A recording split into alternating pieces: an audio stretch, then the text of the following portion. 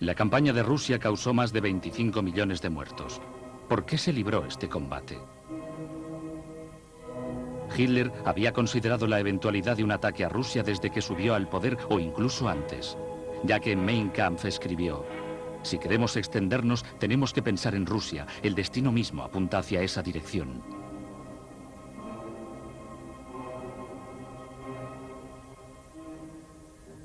En la Unión Soviética, inmediatamente después del encuentro de Múnich del 29 de septiembre de 1938, transcurrieron meses de inquietud. El país ya tenía a sus espaldas los trágicos días de la brutal depuración de los años 30 y la vida se había vuelto un poco más fácil y casi serena. Pero en aquel momento todos tenían el presentimiento de que en Occidente se dibujaba la sombra de una amenaza. En efecto, en marzo de 1939 la invasión de Checoslovaquia por parte de los nazis, contradiciendo los acuerdos de Múnich, confirmó la amenaza de guerra. Fue en aquel momento cuando los dirigentes occidentales consideraron cortejar a la Unión Soviética para tenerla como aliada. Había llegado la hora de la diplomacia. Aquella misma semana, Gran Bretaña propone un pacto anglo-franco-soviético-polaco que preveía una consulta inmediata entre las partes en caso de ulteriores agresiones en Europa. La adhesión de Rusia estaba subordinada a la de Polonia, pero los polacos, a través de su astuto ministro de Exteriores, el coronel Beck, persuadieron a Chamberlain de abandonar la idea a favor de un simple tratado anglo-francés con la garantía de ayudar a Polonia en caso de ataque, pero excluyendo a la Unión Soviética. Durante aquella fatídica primavera de 1939, un sondeo en Gran Bretaña reveló que 9 ingleses sobre 10 estaban a favor de una estrecha colaboración con la Unión Soviética. En su primer discurso importante como ministro de Exteriores, Molotov atacó duramente a Alemania, pero criticó también como revancha a Gran Bretaña y Francia y mencionó un inminente tratado comercial con los nazis y un tratado ya estipulado con la Italia fascista. Pero no se le dio ninguna importancia a sus palabras. No transcurrió mucho tiempo hasta que el ministro de Exteriores Ribbentrop fue a Moscú para firmar, ante la mirada asombrada de todo el mundo, un pacto de no agresión germano-soviético. A todos los efectos, fue la más grande falta de palabra de la historia entre los dos acérrimos rivales. Hitler debía tener en mente un acuerdo in extremis con Stalin desde que se había firmado la garantía anglo-francesa a Polonia. Esto era necesario si quería evitar una guerra en dos frentes al llevar a cabo su decisión, tomada en abril, de atacar Polonia. En realidad, Washington había avisado a Londres de que diplomáticos alemanes estaban cortejando a la Unión Soviética desde mayo, bajo la coapertura de negociaciones comerciales. Pero la confirmación se tuvo tan solo después de que los tratados soviéticos con Gran Bretaña y Francia se transformaran en una farsa. Rusia, preocupada por la seguridad en el oeste, durante el verano de 1939, estaba también inquieta por el frente oriental, donde estaba combatiendo una guerra no declarada y no publicada en prensa contra Japón por el territorio de Mongolia. Stalin estaba ansioso por poner fin a aquella amenaza, y así la promesa de Hitler de convencer a los japoneses a renunciar a sus reivindicaciones pudo ser la razón que le persuadió a aliarse con los nazis en lugar de hacerlo con Gran Bretaña y Francia. Mientras que los estados occidentales se estaban todavía preguntando qué significado atribuir al pacto germano-soviético, tan solo al cabo de una semana, el 1 de septiembre, Hitler atacó Polonia de acuerdo con Stalin. El 3 de septiembre, después de haber reflexionado durante 2 días, Gran Bretaña se mantuvo fiel a su propio compromiso con Polonia y declaró la guerra a Alemania, seguida por Francia al cabo de pocas horas. El 17 de septiembre, después de tan solo 2 semanas de guerra y con la resistencia polaca al extremo de sus fuerzas, el Ejército Rojo ocupó la mitad oriental de Polonia en base a un acuerdo secreto implícito en el pacto germano-soviético. Un mes más tarde, mientras que la Wehrmacht y el Ejército Rojo celebraban conjuntamente su victoria y el inicio de su colaboración, Moscú acusó de beligerancia no a Alemania, sino a Gran Bretaña y a Francia, ya que querían continuar la guerra incluso después de la rendición de Polonia.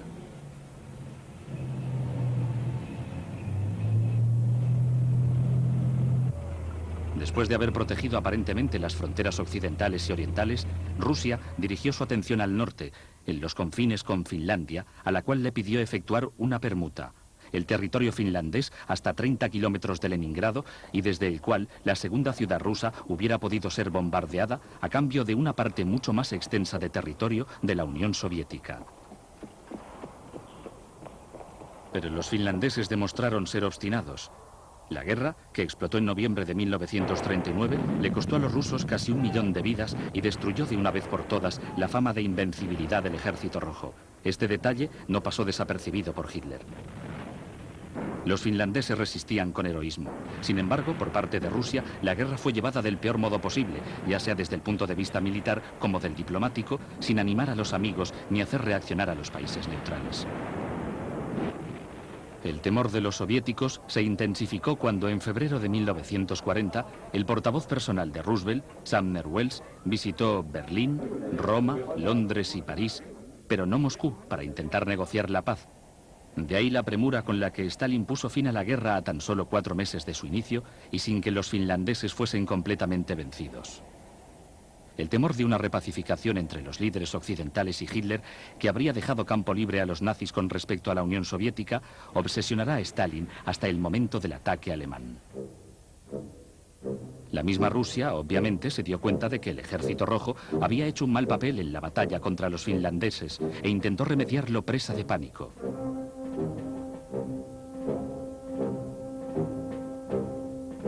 Pero antes de que pudiera reformar lo sucedido, cuando faltaba menos de un mes para el final de la guerra soviético-finlandesa, Hitler invadió Dinamarca y Noruega. Su fácil victoria preocupó seriamente a los rusos, ya que les interesaba que Alemania no fuese ni demasiado débil ni demasiado fuerte en la frontera rusa occidental. Es significativo el hecho de que Hitler, mientras sus panzers estaban invadiendo también Francia, confesó con vanidad a sus generales que después le tocaba el turno a Rusia. Durante las semanas que siguieron al armisticio francés, la posición de Hitler se consolidó y su popularidad se extendió por el país, como atestigua la entusiasta acogida con la que fue recibido al volver del frente occidental.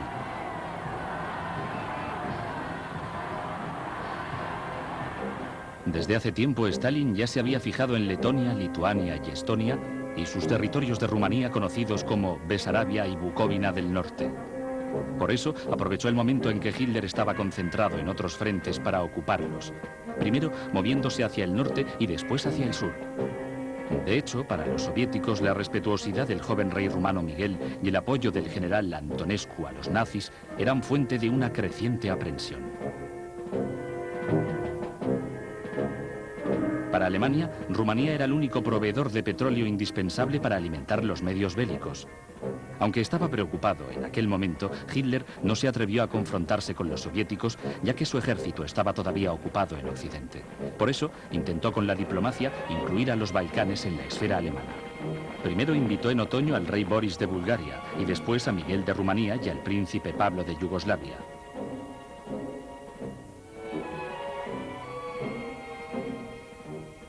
Además, en octubre de 1940, Grecia fue atacada por Mussolini y la guerra se desplazó a los Balcanes, cosa que los dirigentes soviéticos habían intentado evitar cuidadosamente. Como para tranquilizarse a ellos mismos, los rusos organizaron aquel noviembre un desfile militar más pomposo de lo normal, en ocasión del aniversario de la Revolución. Esto permitió que los diplomáticos alemanes presentes se dieran cuenta de lo obsoleto que era una gran parte del equipamiento ruso, en particular los aviones. Ese mismo mes, cuando se supo que Rumanía había cedido a las adulaciones de los nazis y había entrado en el eje, Rusia reaccionó violentamente, acusando a Berlín de haber violado el pacto germano-soviético. Este preveía consultas recíprocas antes de la anexión de nuevos territorios. Los nazis respondieron recordándole a Moscú que no habían sido consultados antes de la ocupación soviética de Besarabia.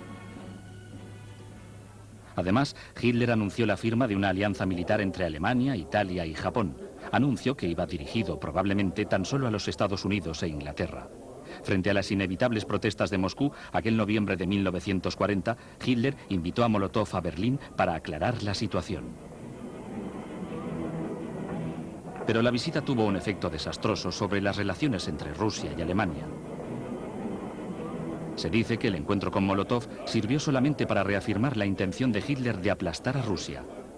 Mientras el ministro de Exteriores soviético se encontraba todavía en Berlín, Hitler ordenó a sus generales planificar un ataque para el 15 de mayo de 1941.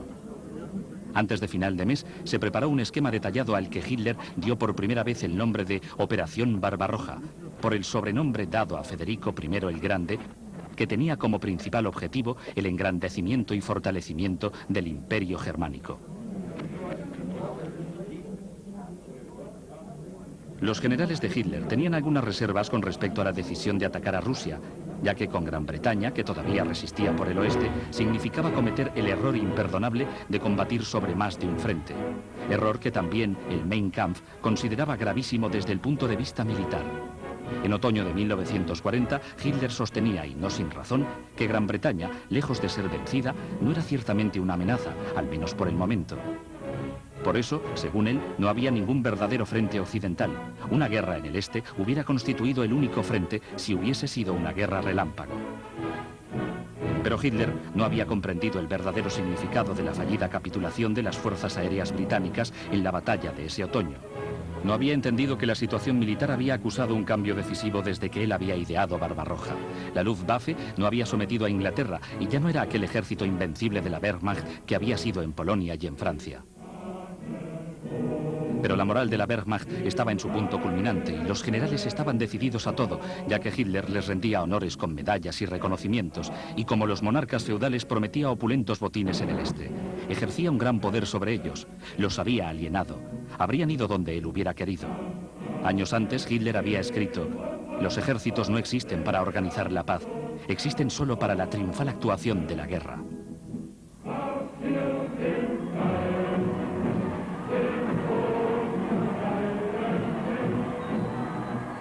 La lógica de Hitler era que las esperanzas de supervivencia de Inglaterra se basaban sobre Rusia y sobre Estados Unidos. Eliminando a Rusia, también los Estados Unidos habrían sido eliminados por Europa, ya que, con Rusia de rodillas, habría aumentado el poder de Japón en Extremo Oriente y los Estados Unidos no se habrían podido permitir una batalla en otro lugar. Por lo tanto, Rusia debía ser destruida ya al instante.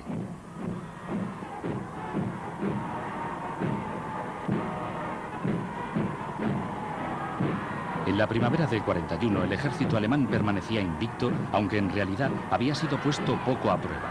Una máquina equipada y adiestrada soberbiamente, que había conocido solamente la victoria, y además una victoria relámpago. ¿Quién habría sido su próxima víctima? No podía moverse contra Inglaterra, al menos no por tierra, y las batallas anfibias no le gustaban a Hitler. Una fuerza magnética parecía atraerle hacia el único antagonista que había quedado en Europa. Le atraía del mismo modo que habían sido atraídos los ejércitos de Napoleón cuando estos se habían detenido frente a la Mancha. Hacia el este, siempre hacia el este, hacia la lejana y enigmática tierra rusa. Como siempre en el pasado, Rusia podía contar con su grandiosidad. En el 41 el ejército ruso era el más numeroso del mundo, con una superioridad aplastante de tanques, mientras que su aviación igualaba la de todos los otros países juntos. A pesar de sus limitaciones, estaba mejor equipado que las otras víctimas de la Wehrmacht, y después del fiasco de la Guerra de Fronteras se estaba reorganizando. Pero, ¿qué pasaba con la moral y sobre todo con los oficiales? Hitler estaba convencido de conocer las respuestas. Basta con dar una patada a la puerta y toda la carcomida estructura caerá a trozos, dijo a sus generales. Y estos le creyeron. Pero los comandantes rusos pensaron poder ganar tiempo para que su ejército estuviese listo para la inevitable batalla, aunque en marzo del 41 las tropas alemanas estaban ya en Hungría, en Bulgaria e incluso en Rumanía. También Yugoslavia parecía estar a punto de convertirse en otro satélite nazi, hasta que el 27 de marzo, animada por los servicios secretos británicos, una rebelión popular en Belgrado expulsó a los simpatizantes nazis. Inesperadamente, Moscú reconoció inmediatamente el nuevo régimen y concluyó con él un pacto de amistad y no agresión. Al día siguiente, Hitler atacó Yugoslavia, provocado evidentemente por la rebelión, y la llamó la Operación Castigo. Su rabia fue su ruina. De hecho, para la Operación Castigo tuvo que posponer la Operación Barbarroja unas 5 semanas. 5 semanas cruciales, ya que algunos meses más tarde sus tanques fueron bloqueados a las puertas de Moscú por la nieve de un precoz invierno. Mientras tanto, Rusia observó cómo la Luftwaffe devastaba la capital de su nuevo aliado.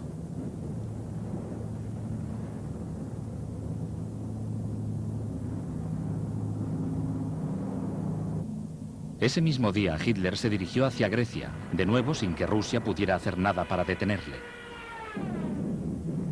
También esta vez la facilidad de dicha maniobra no pasó inadvertida para Hitler y sus generales, que cada vez se volvían más prepotentes a medida que la Wehrmacht obtenía ágilmente nuevas victorias. El ataque a Rusia parecía solo una cuestión de tiempo. Sin embargo, cada vez que los diplomáticos ingleses y norteamericanos intentaban poner en guardia a Stalin sobre las concentraciones de tropas a lo largo de sus fronteras, este minimizaba la situación afirmando que por muy inevitable que pudiera parecer un conflicto nazi-soviético, esas advertencias eran solamente una estrategia de los ingleses para romper las relaciones ruso-alemanas. Incluso sus agentes secretos en Alemania le habían mandado desde el principio del año los detalles del plan de Hitler contra Rusia. Stalin, desde lo alto de su sabiduría, había elegido ignorar también esos datos.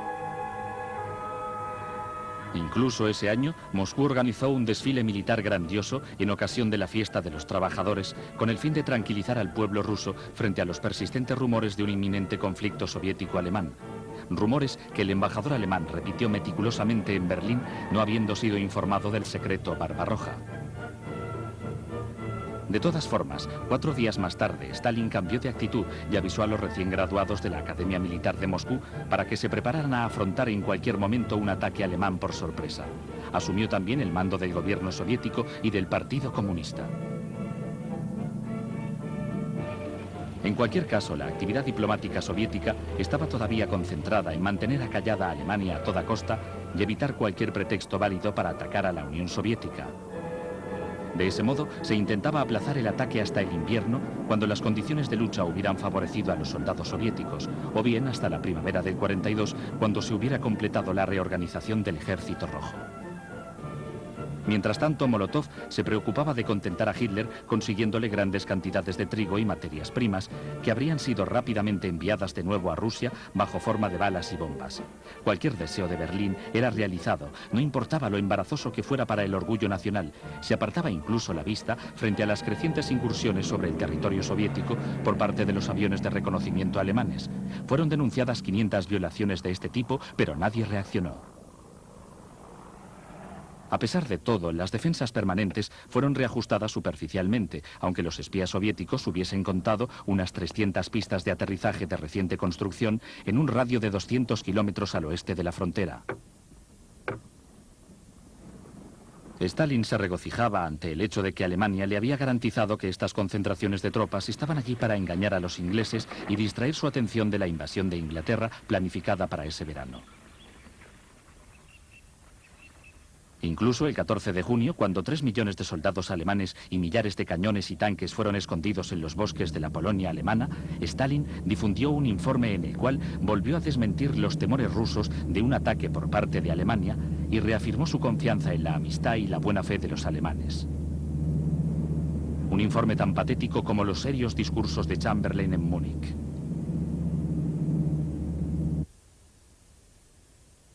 Aquella semana y sin previo aviso, a las 3 de la mañana del domingo 22 de junio de 1941, Alemania atacó.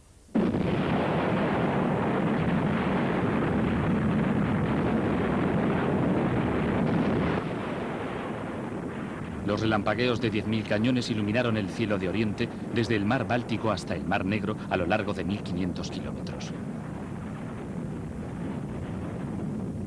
Los soldados soviéticos estupefactos fueron aniquilados y diezmados en un holocausto de proyectiles y bombas.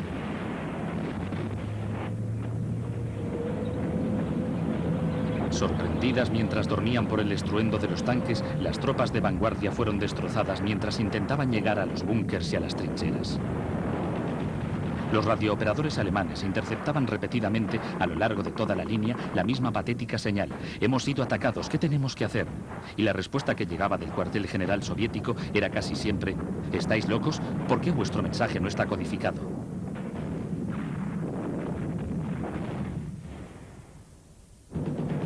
La defensa soviética era improvisada, no tenía estrategia y dependía enormemente de la iniciativa de comandantes locales, iniciativa que pocos osaban tomar. Varias horas después del inicio del ataque, cuando Hitler lo había ya anunciado al mundo, las autoridades soviéticas seguían prohibiendo a sus tropas pasar la frontera alemana y responder a los ataques de la artillería. Y seguían ordenando a sus pilotos que no volaran sobre el territorio finlandés y rumano y que no penetraran en el territorio alemán más que 100 kilómetros. Los puentes fueron tomados intactos, no habían sido predispuestos para su destrucción. En todas partes los alemanes tenían la ventaja de una superioridad aplastante de hombres y armas.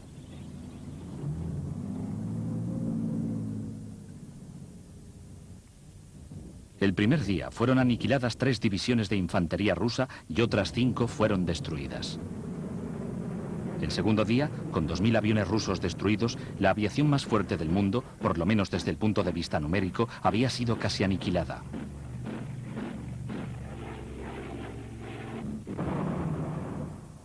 Sin ninguna protección aérea, las fuerzas alineadas en primera línea desaparecieron. Antes del final de la primera semana, la Wehrmacht había avanzado unos 550 kilómetros hacia el interior del territorio soviético y estaba ya a más de la mitad de camino de Moscú. Durante las primeras 2 semanas murieron 1 millón de soviéticos y otro millón fue tomado prisionero. A medida que las semanas transcurrían, las pérdidas del Ejército Rojo aumentaban frente al desconcierto de los alemanes, que rechazaban creer que tal exterminio de vidas humanas pudiera todavía prolongarse. Pero un coronel alemán tuvo una premonición cuando escribió a su casa: en el enfrentamiento con Rusia, el ejército alemán es como un elefante que ataca a una multitud de hormigas. El elefante matará a millares, puede que millones, pero al final su número prevalecerá y él será roído hasta los huesos. Las primeras semanas de la invasión de Rusia eran para Alemania sinónimo de victoria, y nadie habría podido pensar de otro modo, vistas las conquistas que cada día las unidades Panzer le comunicaban a Hitler. En un mes, los alemanes habían conquistado 800.000 kilómetros cuadrados de nuevos territorios, más del doble de la superficie de su propio país. Parecía que alcanzar Leningrado, Moscú y los Urales fuese tan solo una cuestión de tiempo.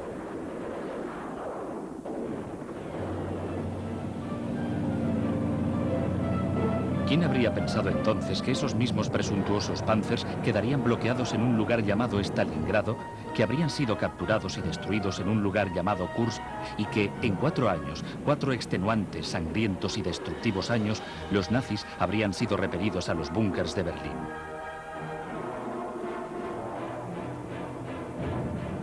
Pero todo eso estaba en el futuro, en el tremendo y espantoso futuro de aquella desolada mañana de verano del 22 de junio de 1941, cuando los soldados soviéticos lucharon con afán para defender su madre patria de la invasión de Rusia.